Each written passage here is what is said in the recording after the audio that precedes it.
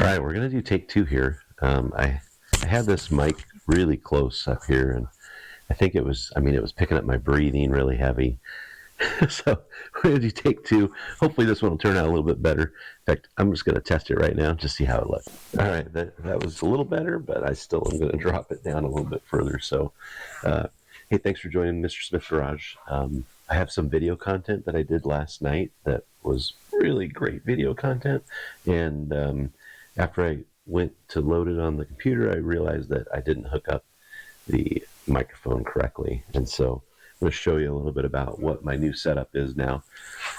Using my old GoPro 7, we'll use this audio and this little video clip to show you what's going on. But basically, this is my GoPro 11. This is my GoPro 7. I ended up buying a video mod, or audio mod, or whatever you call it, mini mod, and I plug in this thing to the back of it. Also have here's my lavalier here. It's supposed to be picking up my voice pretty well, and it sounded like it does. But before, the instructions told me on a GoPro to plug in, there's like an extra adapter that goes into this hole, and then this, so it's kind of like a couple of adapters. Well, the adapters didn't work, and so that's why we're now using it this way. I tested it out, and it seems like it works. So let's go back to the GoPro 11 and show you what we did. So last night I worked on this for a couple hours and ended up getting all the valve springs and valves installed. Let's see underneath here, there's all of the valves, and everything went in really well. You see the little piece of paper towel that I folded up to stick underneath each cylinder as I was installing them. I also installed new valve seals. So these valve seals go down on the little valve. What are those called? These are the retainer clips. The valve carrier. Anyway, it's the piece that the valve runs through, and the seal goes on the back of it so that it gets oil and it stays oiled in there. So I replaced all those with my handy dandy valve seal tool, which is called Kunec, Kunec 11 piece set. So this is how you get them off with the pliers. And these, based on the size of your valve stem, putting the seals in has a little bit of a kind of a divot there to be able to help you get those in there without damaging them. They go on really easy. You could actually probably just push them on, but it's nice to have that little extra pump. And then I also have this 8 Mile Lake valve spring compressor toolkit. And this, you'll see in the video, works really well. I did use like a nut and washers, and then I used the cam lobe nuts to hold that on. You just have to move it around from cam lobe to cam lobe, depending on where your valve is, so that it doesn't interfere with the valve. But it worked great. It was pretty hard getting started, but as I started moving along, I realized that probably the more assembly lube I was able to use, it's kind of a sticky stuff, the better I was able to hold on to those retainer clips and maybe even just stick them in there with my finger. But I also used some magnetic tools and one non-magnetic tool to get those on there. So you can see they turned out really well. All the clips are in there. So next steps will be putting in the, what do we got next here? Roller rockers. I've got those all in order, and then more assembly to get this engine together. You see there's my cam. All my cam stuff is down in there. So I'm going to cut to the video that I have, video content, show you that for a little bit, and I'll speed it up so it's not super boring, but give you at least some gist of what's going on in each step. And then, but there's no audio, so maybe I'll try and find music, but that always goes wrong when I try to do music in here, so I might just speed it up, try to make it as quick as possible for you. And then I'll come back with a closing.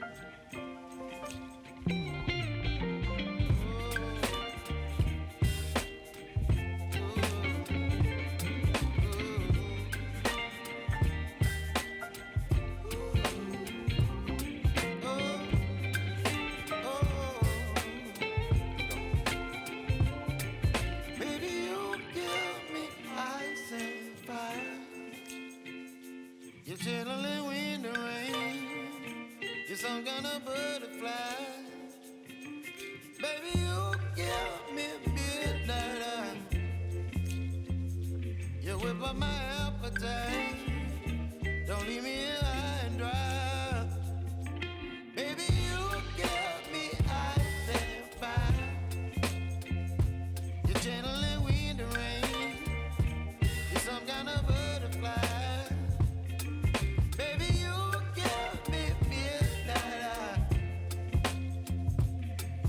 My appetite. Don't leave me here high and dry. Oh, oh, oh, oh,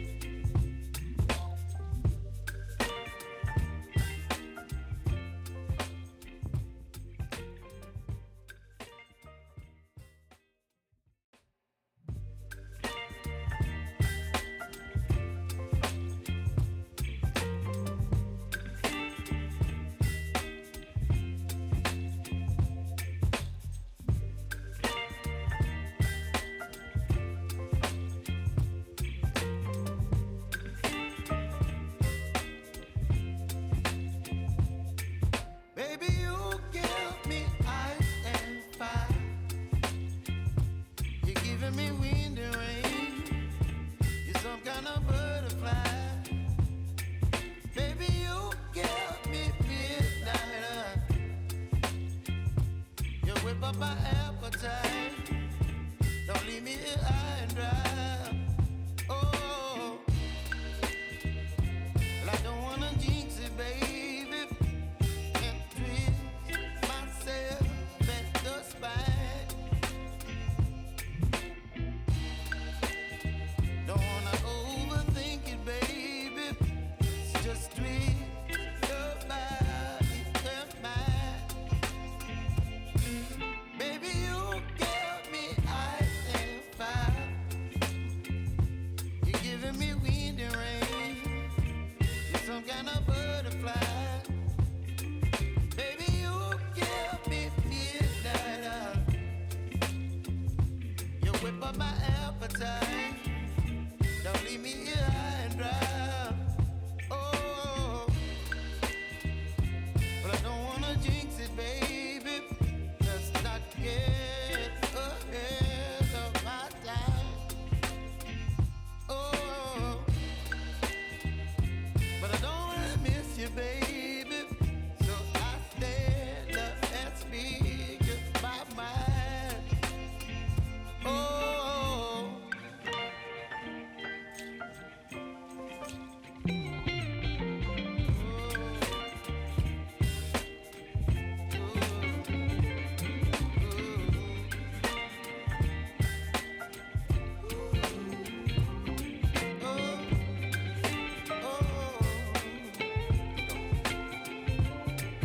Baby, you give me ice and fire. You're chilling wind and rain. You're some kind of butterfly. Baby, you give me midnight oil. You whip up my appetite. Don't leave me here high and dry. Baby, you give me ice and fire. You're channeling wind and rain. You're some kind of butterfly. Baby, you give me midnight oil. You whip up my appetite. Don't leave me here high and dry. Oh, oh, oh,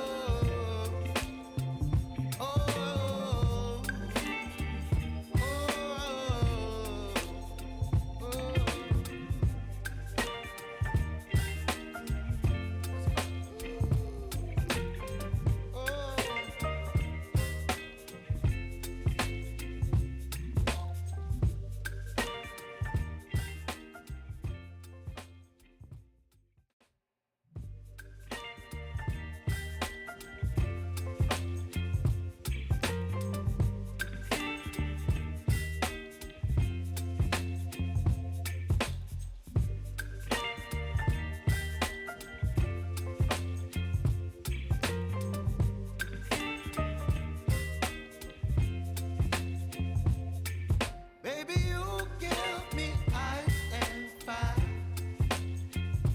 You're giving me wind and rain. You're some kind of butterfly.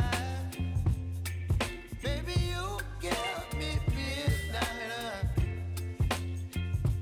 You whip up my appetite. Don't leave me here high and dry. Oh, well, I don't wanna jinx it, baby, and twist myself at the spine. Don't wanna overthink it, baby. It's just twist your body and mine. Baby, you give me ice and fire. You're giving me wind and rain. You're some kind of butterfly. Baby, you give me midnight oil. You whip up my appetite. Don't leave me here high and dry. Oh, but I don't wanna jinx it, baby.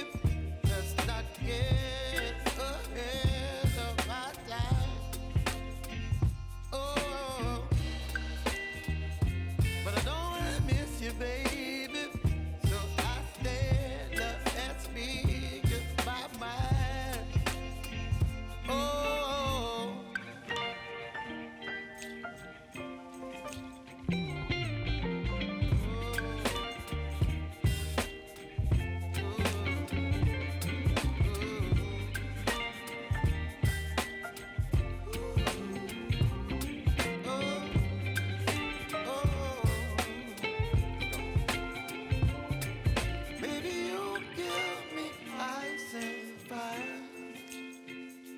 You're channeling wind and rain.